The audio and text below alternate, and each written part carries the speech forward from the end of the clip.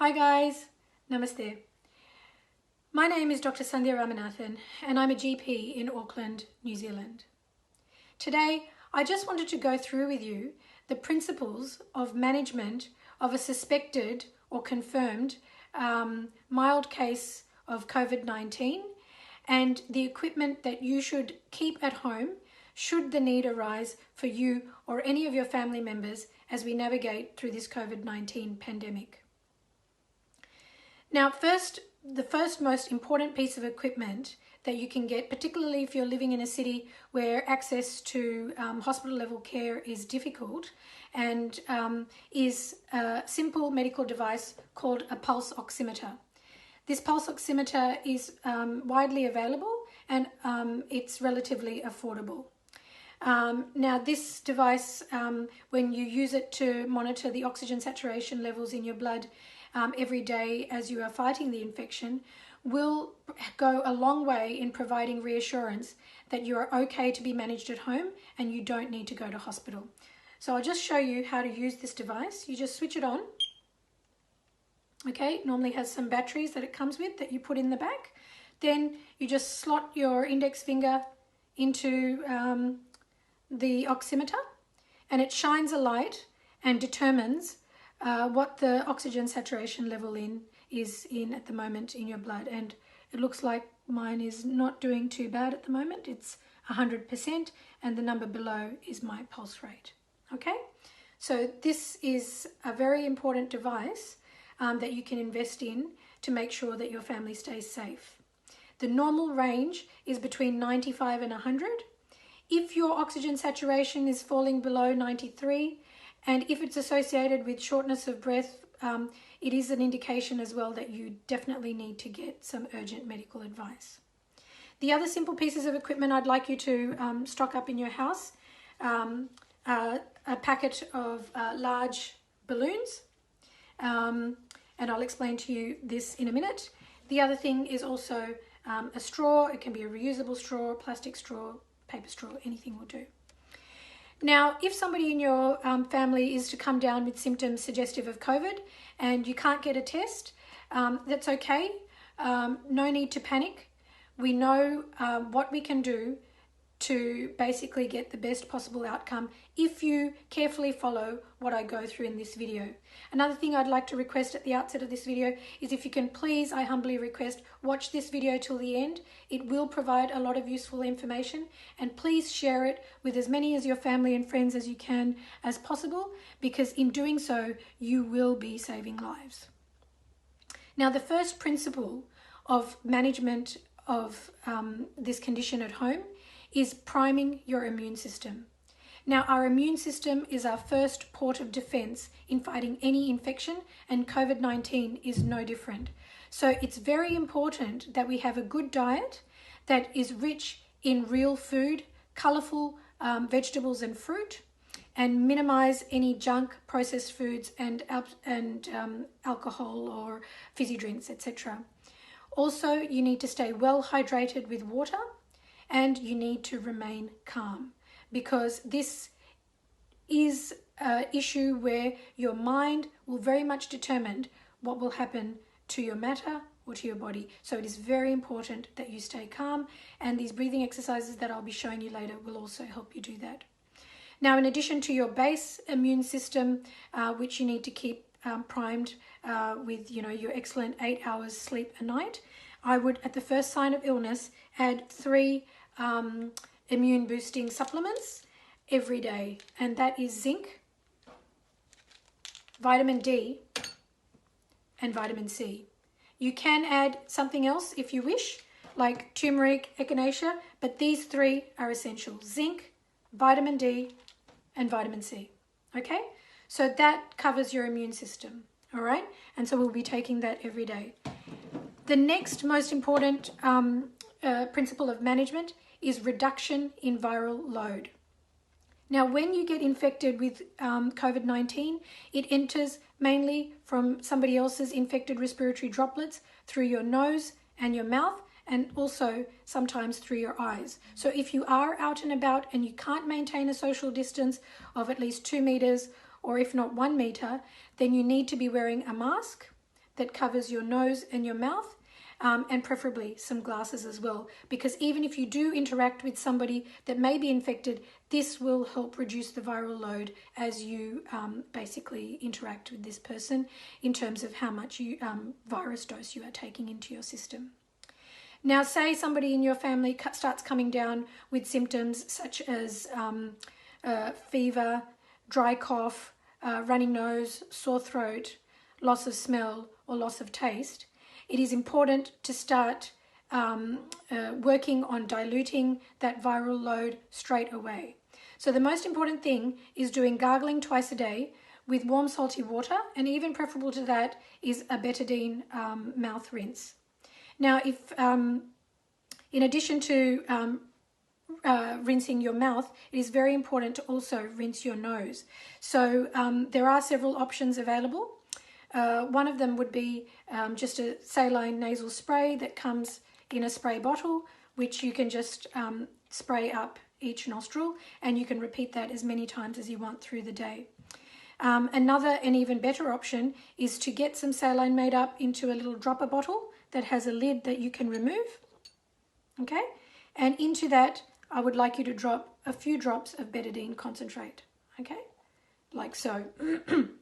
Then you put the dropper lid back, and it has another lid that goes on top, and that you basically twice a day, and if you're going in, you basically drop it into each nostril. Okay, and that will help dilute. Even better than this is if you make up a saline nasal rinse, and you can get these nasal rinsing bottles, okay, that look something like this, and in that I have just put 250 mils of water that has been boiled in the kettle and cooled down, and to that I am going to add half a teaspoon of bicarb soda and half a teaspoon of salt. Okay, and I've already added that into this, and in addition to that I'm going to put in a few drops of betadine concentrate. And so with this, what you do is you do it over the sink. You lean over the sink, you direct the flow of the nasal washer back towards your throat as you enter your nose, and the saline fluid will flush through and come out the other nostril and out of your mouth, and will help again reduce that viral load. Okay, so there we have reduction in viral load. So already we've been through the first principle is priming your immune system. The second principle is reduction in viral load. Now, another way which we can reduce the viral load, before I forget, is steam inhalation. This is very important and can also help with symptoms such as reduction in sense of smell. It's good to put a little dollop of Vicks into a bowl, pour some boiling water over it, cover your head with a towel and take steam, and do that twice a day. So now I want to get on to the most important topic I wanted to cover today, which is breathing exercises. Now, in order to explain breathing exercises, I just wanted to just go through a little bit about what actually your lung looks like. Now, your lungs, which take up most of your chest cavity, basically are like a big sponge, okay? More shaped a little bit like this on either side. So as you can see, our lungs are smaller at the top and bigger at the base, and most of the airways are actually located at your back, all right? Now, because of this, if you are to collect any fluid in your lungs, that fluid with gravity is going to concentrate at the base of the lungs, so right at the back, okay?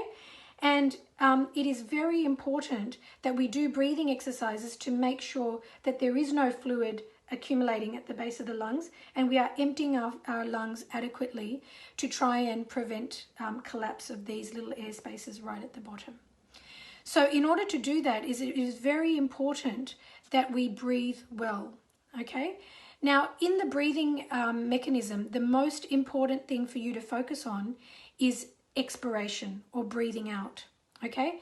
Now, this is because when you breathe out, you are emptying your lungs of any you're emptying your lungs as much as possible.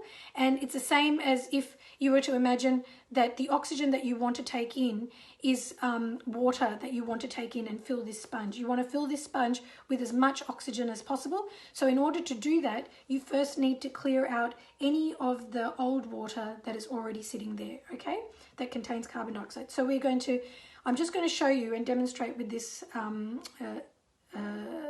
sponge as I do it. So I'm going to take a big breath out first.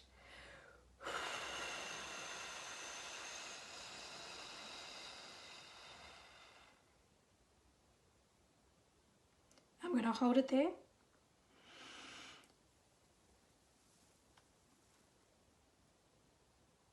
And I'm going to take a big breath in and I'm going to hold it there. Okay?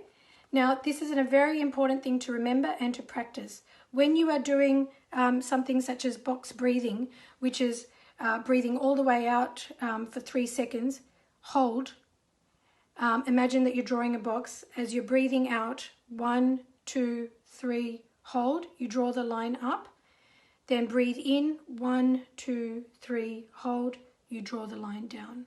Okay, so this is a very important thing for you to practice when you are well.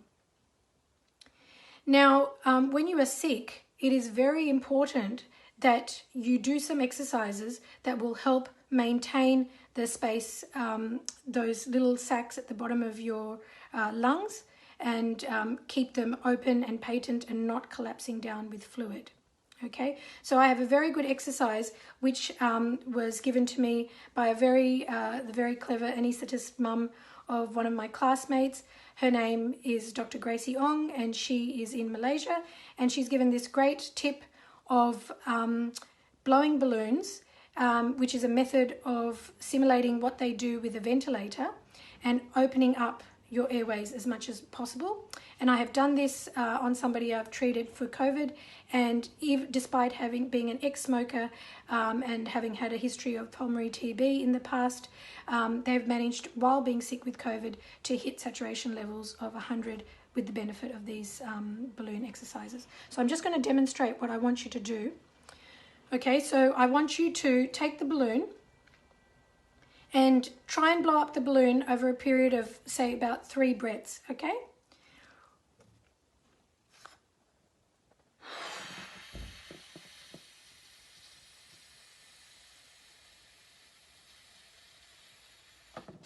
Okay, that's 1 breath. Okay, I'm going to get a good hold of it, and now I'm going to give it another one.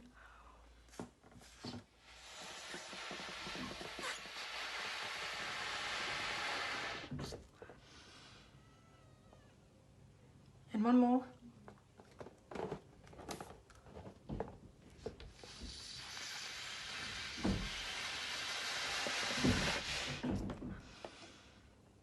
Okay, and then I can just take the balloon. And now let's just check how my oxygen saturation is doing. And I'm sure it's improved, because that was a lot of effort. So basically what you're doing there is you're blowing blowing out against resistance. That is a very good way to keep your airways patent. And there you have, I've just hit 100. Okay, now if you find that it's quite difficult, if you have elderly family members and they find it quite difficult to blow a balloon, you can pretend you are blowing a balloon, so they can just, pretend they have an imaginary balloon and just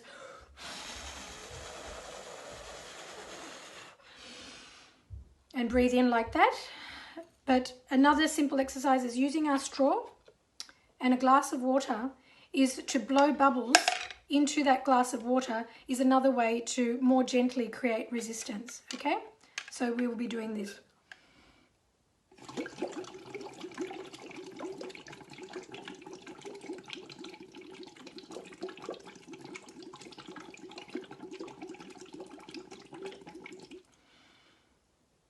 And this is another very good way and a good exercise to do. And I would suggest that you would do these exercises seated, and you would do these several times a day and recheck your oxygen saturations. Now, in addition to these exercises, the other extremely important thing is your posture. Now, to demonstrate that, I've got my beautiful doll Rani, and a little cushion. Now, as I explained to you, the lungs are mainly, most of the airways are mainly situated at the back. So if we are to lie down for prolonged periods of time, what's going to happen is those airways, which are mainly located at the back, are going to get squashed and more likely to collapse. So when you are sick, it is very important, and it's good to start doing this when you're feeling well, is to sleep on your front. Now, you might think that that's very uncomfortable, and if you have the pillow under your head this way, it is going to be uncomfortable. But if you rotate the pillow long ways and you sleep with it under your chest, as you can see, Raini is able to fully expand her chest at the back. And I've had another case where a lady in her 70s was having saturations at 92, and she couldn't have access to any hospital beds, but just by sleeping at night on her tummy, she was able to bring her saturations back up to a safe level. So this is a very, very important thing. If you are sick, you are not meant to spend prolonged time lying on your back, and it's preferable to lie on your front, which is what they call a prone position, and it's what they're using in hospitals and also in ventilating these patients. It is also very important to get medical advice, even if it's virtual, at the onset of your symptoms, because I know in some countries they have protocols for simple antibiotics which they can prescribe, which are most effective if they're taken early. And most of these simple can be taken by most people, even if they have underlying conditions. One of them is azithromycin, 500 milligrams once a day for 5 days, and some countries are adding in hydroxychloroquine as long as the patient's ECG is normal and they have no other medical problems. But again, that would only be done with somebody medical overseeing it. But the important thing is to stay calm. And if you do these three things, I'll just reiterate, they were boosting and priming your immune system. Number 2 was reduction in viral load. And number 3 was breathing exercises and maintaining a close eye on your saturations every day, at least for the first 14 days of the illness, and making sure that it stayed above between 95 and 100. Then you can be very happy that you will be fine and you will make a full recovery. If you need, what I will do is I will, that is quite a lot of information I've covered, but I will keep a brief description in the description box below. And just remember that there will be light at the end of this tunnel, that if you use the knowledge that we have gained over the last 6 months and you practice these things, you have a very good chance of making a full recovery and you will not need hospital level care. So please take all the adequate precautions to not get infected in the first place, and please stay healthy and stay safe. Thank you.